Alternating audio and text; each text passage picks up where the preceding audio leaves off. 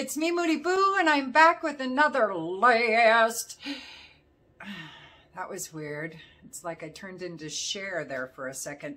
Anyway, this is one I've been meaning to do for a while, and I just haven't gotten around to. And it's really apropos for the era of COVID and social distancing.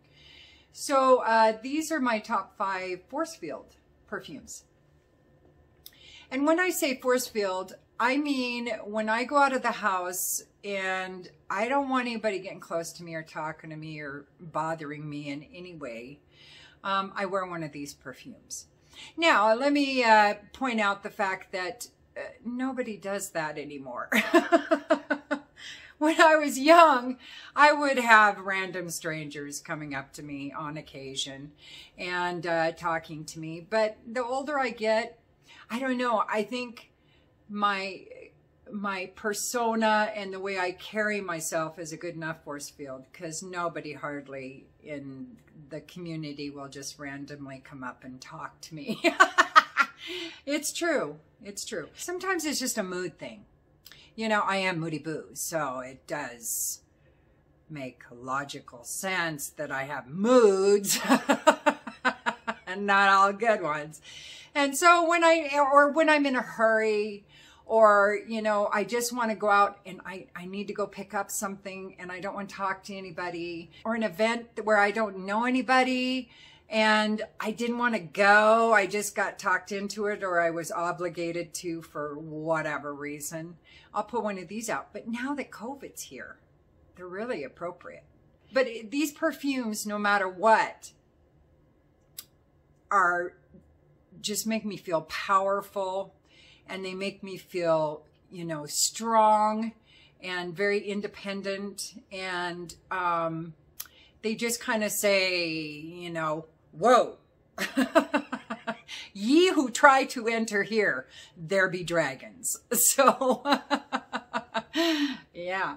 So anyway, yeah, I just pulled out 5 of my really heavy hitters. And one of them I don't really wear very much. I only have it in a small bottle because it's even too intense for me.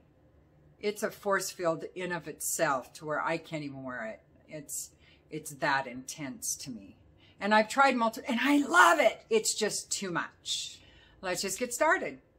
The first one I've talked about recently, and it is a recent purchase, and that's Suleiman Le Magnifique by Manley. And this is intense. This is a heavy hitter. On me anyway. I don't know about anybody else, but it is for me. And this is cinnamon, red apple, amber, benzoin, galbanum, ambergris, musk, rose, vetiver, sandalwood, tuberose, patchouli, and vanilla. So when you first spray it, for me it's super spicy with a bit of green in there. It's a weird thing, but the more I wear it, the more I notice this greenness that's in the top mixing with the spices. It's a little chaotic on the top for me. But that rose, wow, that thing kicks in so hard. It gives you a little brain damage at first. And because these intense, you know, the benzoin and the cinnamon are so, and I swear there's other spices in here. I'm going off of Fragrantica though, you know. And, but they're so intense that when you notice the rose, it's because it's every bit as intense as the rest of the notes. So it is a powerhouse rose perfume, in my opinion. The rose is sweet and creamy. And when you first spray it, you don't get that much sweetness. You're just kind of bombarded with all of these other notes. For me, anyway, that's all my humble opinion. Not so humble. But like I said, once the rose kicks in, that's where I get on board. I'm like, oh yeah, okay. And I'm not even a rose person, but I like different roses. I hate watery roses. I usually hate spicy roses, but this one is an exception that proves the rule. Hey, there's one of my exceptions, because I was thinking of doing a list. I've been meaning to do a list of the perfumes that either prove the rule or break the rule. That, you know, because I have my rules. I did my video on the rules that I pretty much go by, that I don't like peach. I don't like spicy, watery roses. You know, I had a whole list. So I'll have to remember to put this one on there, that it's a spicy rose and I adore it. And it lasts for me. Well, you know, what's crazy is that it projects more than I think it lasts.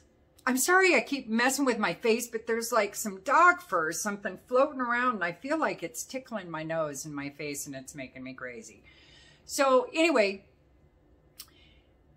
it lasts for me about 8, maybe 9 hours, but it projects most of that time. So this is a perfect force-filled perfume, and it's completely unisex. And the bottle, the bomb bottle. Love it. And magic, you know, I like that kind of, isn't he supposed to be a magician? Suleiman le Magnifique. He looks like a magician from another country, which is very cool. I like that stuff. So it's too much to be formal. That's why it's only a force field perfume for me. I can't think of too many other situations where this would be appropriate in my world. So, and it's about mid-range in price. All right, Borton Manley. Next. My next force field perfume is Rude Elements by Kerosene. I love this stuff. Oh my God, so good. It is another one of my favorite woody perfumes of all time.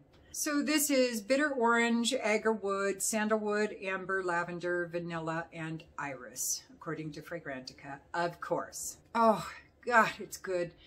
It smells like a orange peel and wood at first. It's warm, but yet it's tart and fruity. But once it dries down, it gets more powdery. But it's not like I get iris or lavender per se, but the wood gets more powdery and more ethereal in the dry down. It's still intense. It almost feels like there's some cedar or something in there too. We have a lot of cedar around here. And when I was a kid, I helped my dad build, well, you know, as much as a kid helps, build our cabin, our lake cabin when we had it. And we used cedar paneling on the outside of the building. Oh, the smell. And I could swear there's some cedar in here. Maybe it's just because of the combination of those give it a cedar accord. But the amber just warms it up. Now, the iris and the lavender, I think, is what just makes it powdery. The vanilla, it keeps it from being too bitey. The vanilla just kind of smooths out the edges and, you know, sands off the corners. But it's not a big player to me. It's all about the woody notes, the bitter orange, and the powderiness of it. It's gorgeous. Now, the first, I'd say 3 or 4 hours is when it's a force field perfume. Problem with this one is, though, then it turns into a very inviting perfume. But, you know, I had to fall in love with this perfume. It was my least favorite of Kerosene's first 6 releases, 5 or 6 releases that he did. It was one of the first, but it was also my least favorite. I wasn't sure about the house until Fields of Rubus. I think I got that one right before Unknown Pleasures, and then I was on board. And then I started working with my samples more, because once you get a house, you get a house. It's like Ilde Soliani. Once I got her, which did not take long, I fell in love with the first perfume that I got from her. Now everything I understand that comes out of her house, even her weird ones, like, what was that one? Pecatrice? That one's a bizarre one. There was another one, was it I think? And it smelled to me like you were, one of those smelled to me like you were standing outside of an Italian restaurant in an alley or something. But, or zoologist, or, you know, Kerosene, or Centauri, or any of those perfumes that are really, in my opinion, niche. Once you get them, you get them. You understand them. You can read their book now. You can watch their movie in the same language as what they intended. But sometimes it takes a while for me. That happened with Centauri. Proxima opened me up to understand the rest of the perfumes, like Camel did with Zoologist. And John Pegg is like one of the nicest guys you'll ever talk to. I would love to go to hook up with a bunch of people and go sniff stuff. I was going to say shit, but that would be a whole different kind of trip. Whoa. Anyway, so Rude Elements. A lot of people will think this is very masculine, unfortunately. But like Dance Sauvage by Chris Collins, which is one of my other favorite woody perfumes of all time, you just have to, you know, it's like wearing 6-inch heels for the first time, or like, you know, being a business suit kind of person and you get your first black leather jacket, you know. It's all a matter of, if you feel comfortable in it, you can pull it off. But you have to be comfortable in whatever you're wearing, whether it's clothes, hair, makeup, perfume. It doesn't matter. It won't wear you, you will wear it. So, and Rude Elements, I think, is completely unisex. I think all of John Pegg's perfumes are, he's so good. He's so good. Oh my God, I love it. And it is a, wait a minute, I don't want to talk to you for about 3-4 hours, unless you're a fraghead, you know. And when I say people don't want to talk to you, it's not because this is a bad smell, but it's one of these perfumes, like the rest on the list, that they just aren't inviting, at least not at the top. And they're more of a perfume that says, I'm in charge and I have all the power in this room. So don't talk to me unless I speak to you first. Isn't that horrible? But that's what I kind of think of. So anyway, that's what I mean about a force field perfume, is just that, not that they smell amazing, it's that they do smell absolutely incredible, but they're intense. It's not like a snuggly vanilla perfume or a sweet fruity perfume, you know. These are perfumes that mostly fragheads wear for the most part. So I love, love, love it. So if you're comfortable in it, you can pull it off. Next. Oh, one of my favorites on this list is Memoir Woman by Amalaj. And this is an intensely spicy kind of a perfume. There's a lot of notes in it, but that's what I get out of this, is incense and spices. Oh, it just blows my mind. This perfume was one of my first super niche force field perfumes. In fact, I sent a decant to Donna Arts, if you guys remember her. And she was like, no, that scares me. I can't wear that. That's terrifying to me. So it makes it a perfect force field perfume. And this is wormwood, love. Cardamom, love. Pink pepper, mandarin orange, incense, cloves, woody notes, white florals, rose, pepper, jasmine, leather, French labdanum, castoreum, styrax, oak moss, and musk. Really? All those notes are in there? I get incense and spices. And a hint of sweet, which might be the florals. I don't know. It's a hint powdery, but it's not. It almost reminds me of walking into Pier 1 Imports right after they've lit all the incense in there and just put it out. So everything, all the Pier 1 import smells are just in your face, super intense. That's what this reminds me of. It's so gorgeous. And again, stupid to have it called Memoir Woman. What? Should just be Memoir, because I've smelled the men's and this is so much better than the men's. I know a lot of men that wear this instead of the men's version because this is better. It's just one of the best spicy incense perfumes I've ever smelled. But again, it says, hey, hey, hey, back up. Let me look at you. Let me see if I want to allow you entrance. I sound so snobby saying like that. I'm not snobby. Isn't that like people who are crazy saying I'm not crazy? Is that the same thing? Oh God, I hope not. Am I snobby? I'm not snobby. No way am I snobby. No, I'm not snobby. I'm just playing snobby on TV. All right, next. The next one is Black Oud by Montal.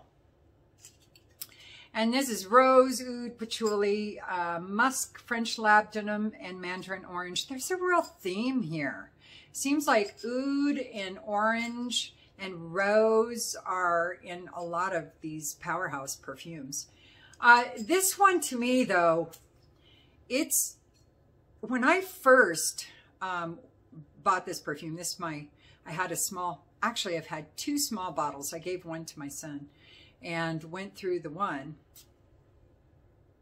And this one I keep for myself. Now this one,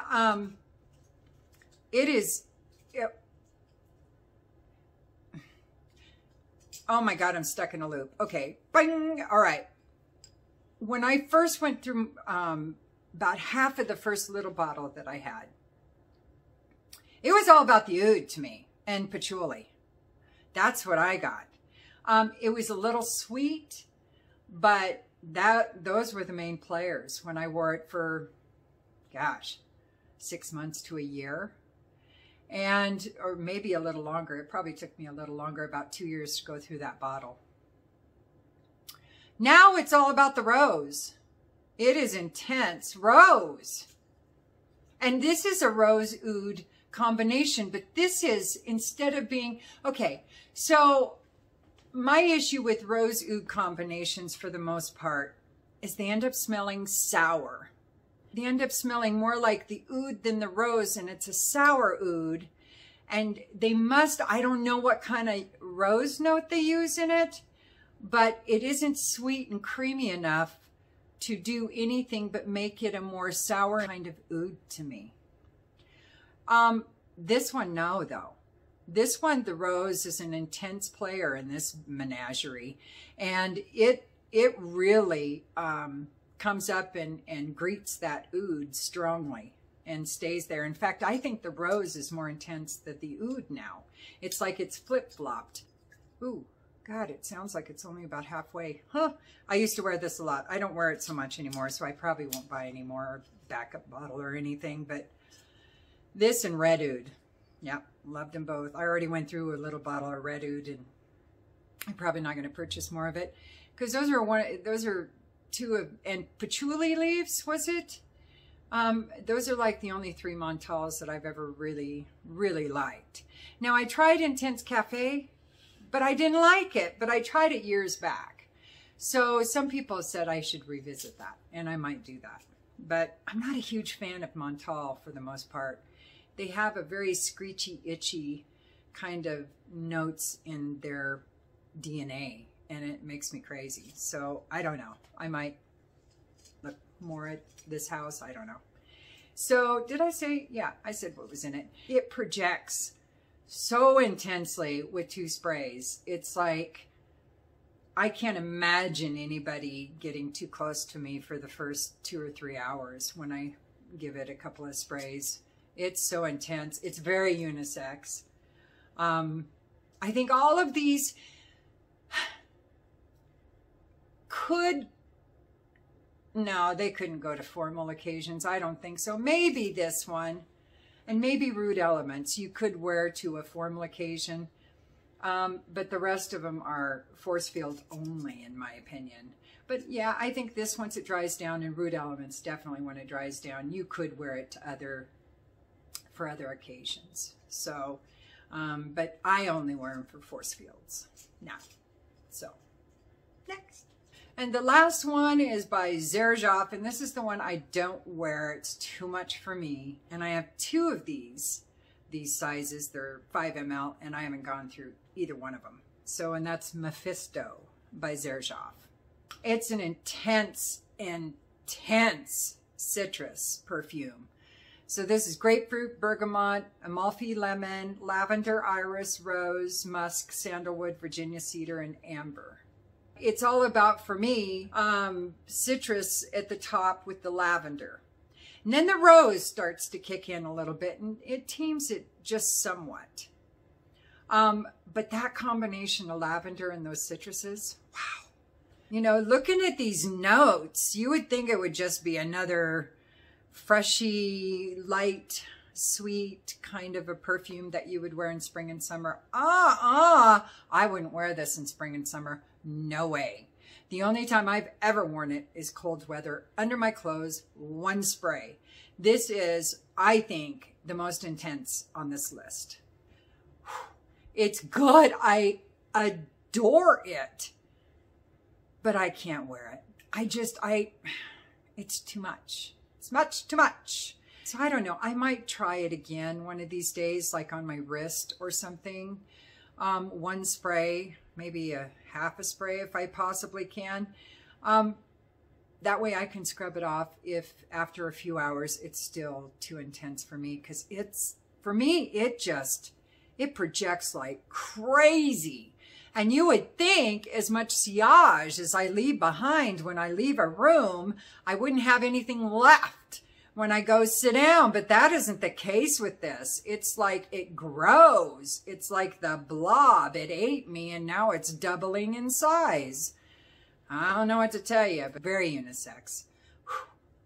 But this is one that says,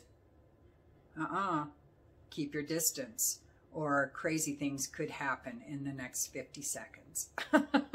Why 50 seconds? I don't know.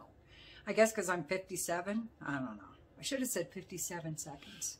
All right, well, that is it. That is my list of force field perfumes. And I'd sure love to know some force field perfumes you guys own. I'd love to hear it in the comments. So that'll do it. And you know I'll be back. I got tags I got to get done. I got requested videos I got to get done. I've got Battle of the Vanillas I got to get done. And I still have the pulls from the Blue Bowl and Black Box. Because I got to get rid of those samples. I want to use that blue bowl again. I love that bowl. So I need to work on all that stuff. So I need to do it. I'm so chicken shit. I can't even finish a sentence. What's going on? I'm so chicken shit to do a live thing. I really want to. I want to do a polls from the Blue Bowl live. But I'm scared. I don't know why. I get this stage fright thing. I did it when I was the lead singer in a band too. And it's like, you know, that's why I couldn't look at the audience until about 2nd song in. And then I could turn and look at them. I had to look at the rest of the band for the 1st song at least. But I have terrible stage fright. And so that's why I haven't done a live, but I wanna. I'll try to build up to it one of these days. So, okay. So anyway, thank you for being here. So don't forget to like and subscribe and ring the bell and comment if you want. If you don't, it's all good. I still love you. Use your own nose. Bye.